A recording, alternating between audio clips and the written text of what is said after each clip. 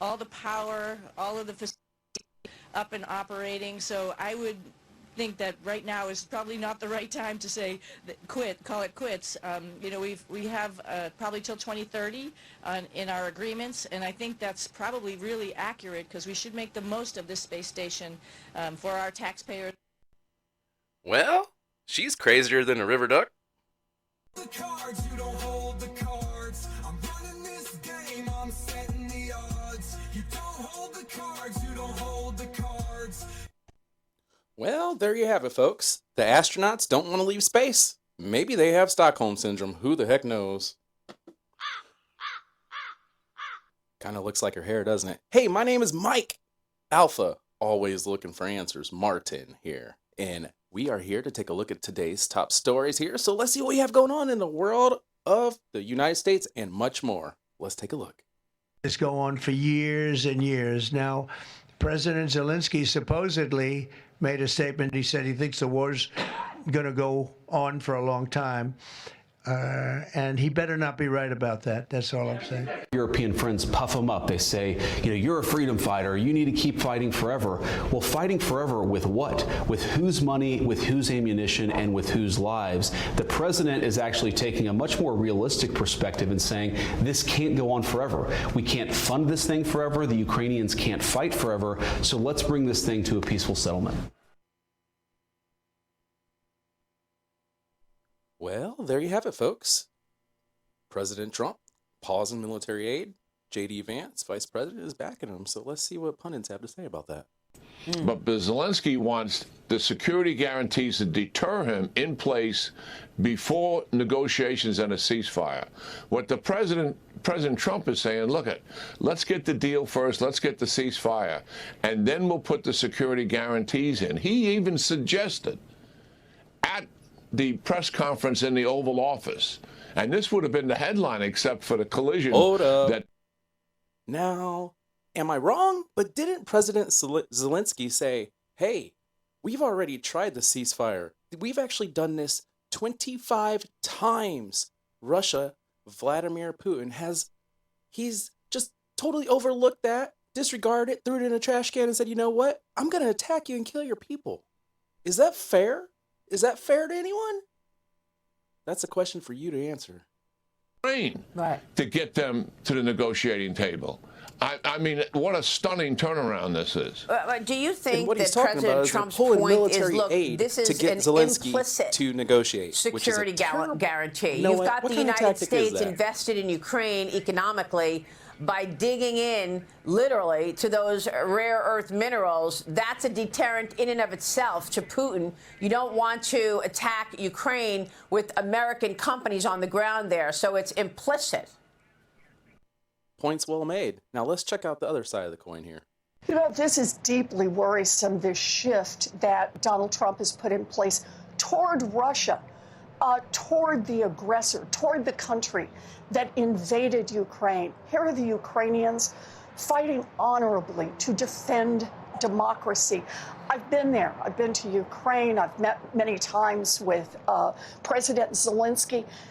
These are people who are just trying to defend themselves against an aggressor.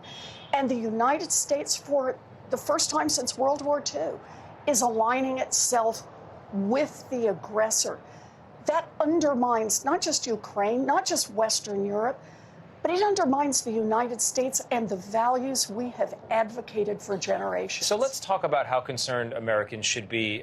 The changes in the last 6 weeks, the action, the efforts, the scale and the sweep goes exhilarated by what the president's doing. They want to see this government hose down, get the mud off, cut the bureaucracy. You don't think that's happening? You know, look, I sent a letter to Elon Musk outlining $2 trillion in cuts that we could make. For example, to get rid of Medicare Advantage fraud or procurement fraud in the Department of Defense. There's waste that we could cut. There's no doubt about it. But coming in and firing federal workers who make it safe to fly, firing federal workers who maintain the security of nuclear materials, firing federal workers who do cancer research and Alzheimer's research, that does not make us a stronger country or a stronger government. Senator Elizabeth Warren, thank you very much. You bet. Appreciate you. All right, people. We got another one for you. I had to tell you this one right here. This one just broke. You know what? Let's just take a look. And this is Shut Doug off his Ford. province's electricity exports to the United States and block shipments of Ontario's high-grade nickel, which he said provides 50% of U.S. supplies. This is per the Globe and Mail. He added, if they want to try to annihilate Ontario, I will do anything, including cutting off their energy. This is energy to the United States, with a smile on his face. With us now is the man, I guess, behind that smile, Doug Ford, the Premier of Ontario in Canada. Premier, thank you so much for being with us. Okay, oh boy. What are your plans and how far are you willing to take it? Skype. Well, first of all, I have to tell you, Canadians love Americans. We love the U.S. It's one person that's causing these problems. I've talked to senators and congresspeople and governors, Republicans and Democrats. Not one of them agree with them. I've talked to business CEOs of the largest. Pretty tough words there. What do you guys think about that? I don't know if I'd be talking too strong. I mean, Canada, there's another thing I wanted to talk about too. I just read today that only 1% of fentanyl that's seized across the borders from Canada, there's only 1% that's seized. Now, they're not talking about the unseized, the ones that get across the border, of course. And what do you guys think? I think that there's less than 1% getting across. That's a little sketchy to me. All right, we'll get back at it. Republicans and Democrats, not one of them agree with them. I've talked to business CEOs of the largest companies. They totally disagree with this. And President Trump ran on a mandate to lower costs, to create more jobs. This is going to do exactly the opposite. The auto sector, we buy over 400% more autos than Mexico, 200% more than anywhere in the world. And he put up a smoke screen. He keeps moving the goalposts. Well, the market is speaking loud and clear. The market is speaking loud and clear. The market is going to go downhill faster than the American bobsled team, and we're going to continue seeing. All right. Well, I've heard enough from that mother Canucker. All right, let's take a look at the next one here, and then we'll get on out. Calls now because Skype is ending in May. Microsoft confirmed it's shutting the service down to focus on Teams. Skype is a software program that allows users to make free video and voice calls. It was really popular during the pandemic, but has been eclipsed in recent years by Google Meet and Zoom. Microsoft says Skype users will be able to use their logins on Teams' free tier. Well, there you have it.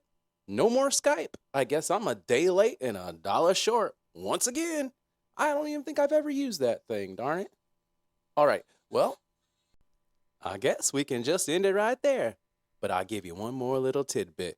In other news, Kanye, he's still batshit crazy. And Blake Lively, she's up to her knees in doo-doo. I ain't joking about that. And no, I did not fall through a burning ring of fire. Like, click, subscribe, and have a great day. Tell your mama, tell your baby, and tell everybody you know.